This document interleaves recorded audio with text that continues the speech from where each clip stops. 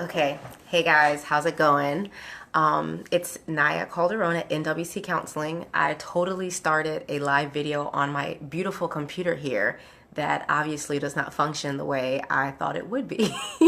However, I'm using my phone now, so it's probably a different angle of the room and of you, but I still wanted to check in and talk with you guys a little bit about how to not lose your stuff. Yeah, stuff, because I'm a Christian. But no, really, the word is obviously a cuss word, but still, kind of talking to you guys about how to not lose your stuff. And so I wrote down some notes here that I wanted to let people know, because when I'm speaking about this, even though this series that we're doing in May is for moms, and so MOM is managing our mind for this week. However, really anyone can use this type of advice or feedback or tips, basically. And so what I want to talk about is just how to help you get more clear-headed, especially when you're in a crisis moment, or especially when you're in a moment where, you cannot, regulate your emotions or control your facial expressions.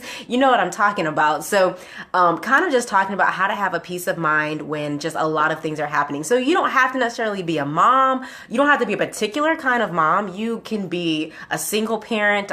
You can be a married mom. You can be a working away from the home. You could be a stay-at-home mom. You don't, again, have to be a mom to be able to utilize some of these tips today. So the first thing to keep you in a good place and so that you're not losing all of your marbles is definitely keeping your body in check. You guys know I'm a big believer of holistic health, and so it will not help if you're only working on certain parts of your life and you're not like trying to work on other parts. So again, if you're working on your mental health and emotional health, that's great. But if you're actually not eating right and not taking care of your body, and I'm not talking about like you have to be, the oatmeal and granola to the floor. You don't have to be so super focused on, trying to get extremely healthy, but you do have to know, like, okay, I have to eat, because again, like I say, usually when I meet with people, they say things like, oh, I only eat one big meal a day. Like, your body needs more than that to function. Or they'll say, I only get 1 hour of sleep. And it's like, you need more than 1, 3, 5 hours of sleep. For a lot of us, we need like a regular amount of sleep.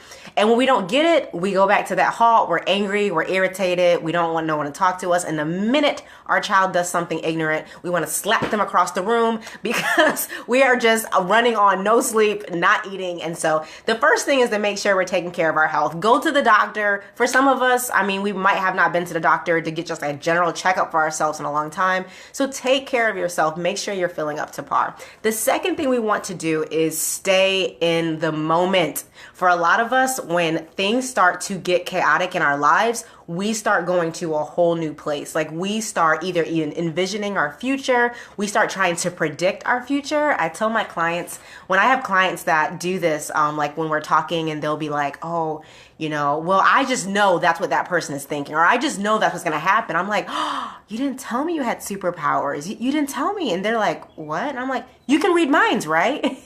And they're like, no. And I'm like, oh, okay. So you're probably going to have to stop predicting the future in this situation too. So it's just to help people to realize that we don't really have control over our future. You definitely can't go back and in the past and undo or redo anything. So sometimes when things get kind of chaotic, it just helps to be in that moment, like to just be there and be present and just be like, oh my God, this sucks, and just stay there and then think to yourself, what can I do about it? Like start thinking rationally versus getting irrational or, doing something that you might regret later. So being present, taking deep breaths, staying in that moment. Don't start focusing on the future. Don't go back to the past and start rehashing or having a lot of regret or wishful thinking. Just staying in that moment and being like, okay, even talking to yourself, okay, I got this. I can do this.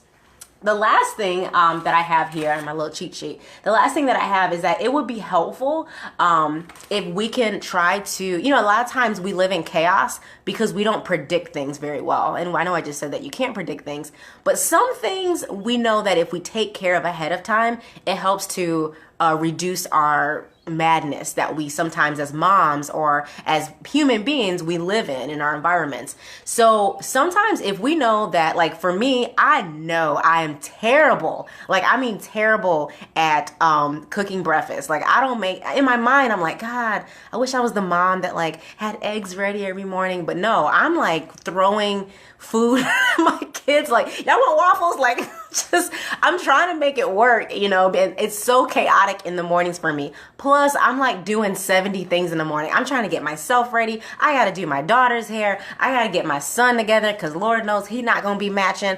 I got to try to feed the dog. Like mornings are so chaotic to me. But what's really helpful is if I spend like a Sunday planning things, like certain things for the week, it really helps to cut down on some of the chaos. Now there's still chaos because my life is a hot mess, but I kind of control the chaos to a certain extent. So sometimes when we're able to just kind of control, it's not necessarily saying that you're going to be able to change the chaos or eliminate it, but you are able to put some things in place to help with that. So for instance, when I pack lunches for the whole week for my kids, that helps a lot. Just grabbing the lunch and just, you know, throwing it in the bag. If it's already made, the sandwiches are already done, or, you know, the stuff is already put together, it's so much easier than adding to that chaos. Or something else that's helpful, I think, is trying to do my daughter's hair at night, trying to even get myself together at night. So like I try to think of what hairstyle I want to do. I have natural hair, so it's not like in the morning I can just brush it back and be like, yes girl. No, I have to like really plan out. I have to watch YouTube videos, like get it together. So it helps if I do that the night before than trying to add to the chaos in the next day or in the morning. So for some of you, what are some things you can do this week to kind of help yourself prepare and try to release some of that chaos? Like think about something, small things now. Don't try to do something grandiose like, oh, I'm going to make 31 meals for my family and crock pot it. Like, no, don't do that. No. So try to find one thing that you can do this week that's really going to help for the next week, to kind of help with the chaos and whatever part of the day you find chaotic and you tend to lose your stuff. Remember we talked about that stuff. So just kind of think about that. And if you're watching this video or if you're watching the replay, our group, our Perfectly Imperfect group for moms like me and for maybe like you and other people or just imperfect women is open. You want to make sure you go ahead and get in it this week. We're closing the group on Monday because we want it to be private and intimate and be able to talk about real life stuff. And so it will be closed on next week. If you join now, we still have a giveaway that we're doing. I'm giving away an unwind and relax box, a subscription box, and that's going to be sent out Friday as soon as I pick the winner. So if you want to find out more details, you can go to our Facebook page and look where it says join the group or view group or visit the group or something with a V and a W, and you will hit that and then you can go ahead and get in the group. Also, if you have any other questions or comments about what I said today, or you want to go ahead and put what you think you're going to work on this week, post it down below and I will talk to you guys later. Bye.